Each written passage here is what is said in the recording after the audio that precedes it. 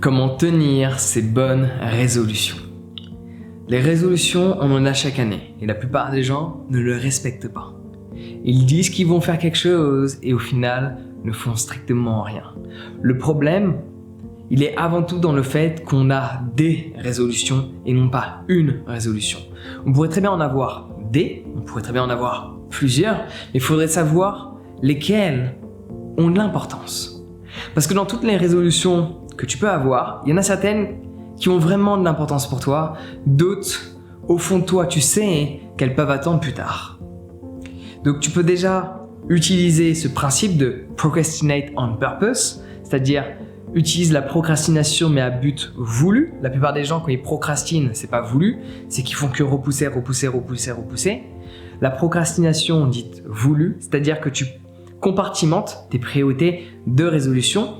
Exemple, arrêter de consommer de l'alcool est ma priorité numéro 1. Faire en sorte d'apprendre la guitare, c'est ma priorité numéro 6. Par ce fait, je vais d'abord me focaliser sur ma priorité numéro 1 pour le mois de janvier, ma priorité numéro 2, pourquoi pas fin janvier, ma priorité numéro 3 en mars, et ainsi de suite. Et donc du coup, tu vas compartimenter et savoir où procrastiner. C'est-à-dire que le fait, ta résolution où tu voulais tout faire le même mois, tu voulais apprendre de la guitare, arrêter de la clope, te mettre au sport, lire un livre par jour, enfin, tu voulais faire tout ça dès le premier mois de janvier. Tu étais extrêmement motivé et la vie t'a rattrapé. Elle t'a fait réaliser que ton temps était limité et que oui, tu ne peux pas tout faire en un claquement de doigts. On peut tout faire, on peut tout apprendre, essentiellement. Tu vois là où j'en ai arrivé, sur un aspect général, on ne peut pas être un expert partout, mais on peut avoir une connaissance partout. Mais il y a toujours une dynamique de temps qui est nécessaire, soit pour apprendre, soit pour se perfectionner, soit pour comprendre. La dynamique de temps est essentielle. Dans une dynamique de temps, on ne peut pas effectuer 10, 15, 20 résolutions en un mois. Donc, dans ta liste de résolutions, choisis-en une. Oublie les autres. Les autres, mets-les même en février, une autre en mars. Tu pourrais déjà avoir 12 résolutions, une par mois. Une en janvier, une en février, une en mars. Tu aurais beaucoup plus de chances de faire en sorte que ces 12 résolutions ces bonnes résolutions se fassent, plutôt que si tu as, par exemple, 20 résolutions et tu n'as pas de stratégie, tu n'as pas de planning à mettre en place pour faire en sorte que celles-ci deviennent réelles. C'est un petit peu comme... je te recommande de faire un test. Je sais que le fait de planifier, il y a des aspects négatifs, surtout sur un aspect de magie de la vie. Okay, j'ai voyagé pendant 4 ans non-stop. Durant ces 4 années, je ne planifiais rien. Du coup, j'ai expérimenté beaucoup de magie de la vie, des rencontres qui n'étaient pas prévues, des lieux que je n'avais pas prévu de découvrir, beaucoup de temps à ma disposition. Là, au cours de ces 3 dernières années, j'ai fait que planifier tout le temps, mais j'arrive à faire beaucoup plus de choses dans mon quotidien, mais il y a moins de magie de la vie. Donc, j'essaie toujours de garder un aspect block time de planification et un aspect block time de laisser la magie opérer. Mais quand on parle de résolution, il faut planifier, ok ? Observe ton quotidien. À un moment donné, tu te réveilles le matin et tu te dis « Tiens, aujourd'hui, je vais faire ça, je vais faire ça, je vais faire ça, je vais faire ça. » À la fin de la journée, tu as pour ainsi dire rien fait. Par contre, si la veille, tu planifies heure par heure, je vais faire tac, tac, tac, tac, tac, tac, tac, à la fin de la journée, le lendemain, regarde tout ce que tu as fait, tout ce que tu as accompli et l'énergie, la concentration que tu as mis dans tout ce que tu as fait. Parce que ton cerveau savait au préalable qu'après ça, il y avait ça. Ton subconscient a pu déjà réfléchir aux différentes actions à mettre en place pour accomplir ce que tu avais décidé de faire. Et là, ça devient intéressant. Donc pour les résolutions, tu devrais planifier aussi. Regarde ce que font la plupart des gens. Ils ne planifient pas. Leur bonne résolution, où est-ce qu'elle passe ? À la poubelle. Chaque année. Chaque année, le même scénario se répète. Et j'ai pas envie que cette année, ce scénario se répète pour toi aussi. Donc, au lieu de te dire, je vais avoir 20 résolutions, je vais faire ça dans l'année, je sais même pas comment, je sais même pas quand est-ce que je commence, mais je vais le faire à un moment donné, choisis-en 12.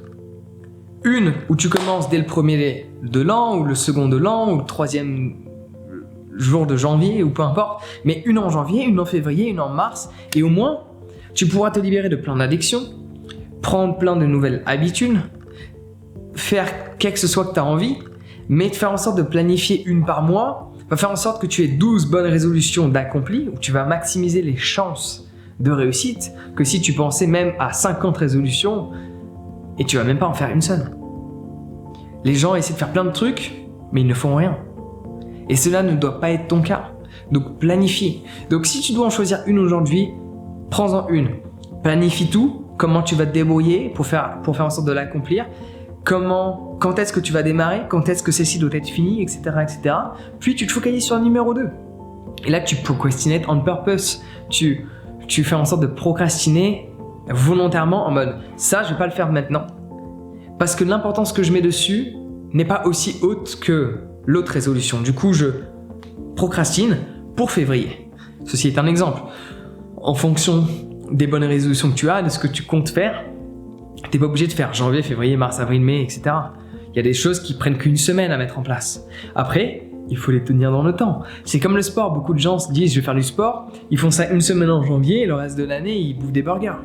Donc du coup, si tu veux pas que ce soit ton cas, il faut faire en sorte de prendre l'habitude de. Donc par exemple, le sport, c'est pas en le faisant une fois par semaine, c'est en le faisant tous les jours. Même si par exemple, tu dis « je vais pas aller courir 1 heure tous les jours », va courir tous les jours 15 minutes. Ça, c'est possible. Et sur la finalité, déjà, si tu fais le calcul, au bout d'une semaine, tu as couru plus que si tu courais une fois par semaine. Et en plus, tu vas t'entraîner, tu vas prendre l'habitude, tu vas devenir un coureur. Parce qu'on s'identifie aux habitudes que l'on a le plus souvent. Ouais. Les fumeurs, ils disent quoi ? Je suis un fumeur. Pourquoi ? Parce qu'ils le font tous les jours. Tu peux utiliser le même principe avec des habitudes qui te sont bénéfiques. Donc planifie. Après, bien sûr, il y a un aspect qui est véridique. Plus tu vas avoir confiance en toi, plus la potentialité de faire ce que tu avais décidé est élevée. Donc pour ça, ça prenait du temps. Donc je t'ai résumé le tout en 11 heures quand même. J'ai une formation sur la confiance en soi qui dure 11 heures où on voit les différents aspects de la vie, quelles sont les stratégies, les hacks aussi que tu peux mettre en place pour justement booster ta confiance. Plein de personnes l'ont essayé, je te laisse aller regarder, tu vas adorer et c'est le moment de t'y mettre. Pour justement, dès lors que tu prends la décision de faire quelque chose, que ce soit la nouvelle année ou juste parce qu'un matin tu te dis j'arrête cette addiction, je développe cette habitude, je commence ceci, j'arrête cela, tu le fais. Plutôt que de le dire et de ne pas le faire. Les actions parlent plus que les mots. Laisse-moi répéter ça. Les actions parlent plus que les mots. Donc en prenant confiance en toi, tu vas faire en sorte que tes actions s'expriment beaucoup plus fort que les mots que tu peux crier. Ouais. Donc n'hésite pas à partager cette vidéo. Je pense sincèrement que beaucoup de personnes en ont besoin. Beaucoup de personnes ont de bonnes idées. Devenir végétarien, devenir vegan, faire du sport, se mettre à lire. Je vois mes livres qui sont là. Plein de bonnes résolutions. Ouvrir mon auto-entreprise, ouvrir ma société, faire un peu de charity work, de travailler un peu dans les associations de temps en temps. Ça fait longtemps que j'y pense, ça fait des années que je vais dire je vais le faire, je le fais toujours pas. La plupart des gens, leurs bonnes résolutions sont des bonnes résolutions pour eux et pour l'humanité. Donc n'hésite pas à partager cette vidéo, cela pourrait fortement les aider. Et si tu veux passer au stade supérieur et accélérer la courbe de progression dans le fait d'effectuer tes bonnes résolutions, de les accomplir et de les manifester dans ton quotidien, il faut que tu boostes ta confiance en toi.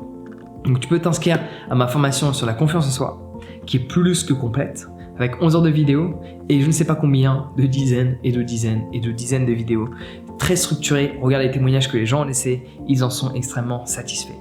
Donc on se retrouve de l'autre côté sur mon site internet, le lien est juste dans la description de la vidéo. On se prend soin de toi, passe une excellente journée.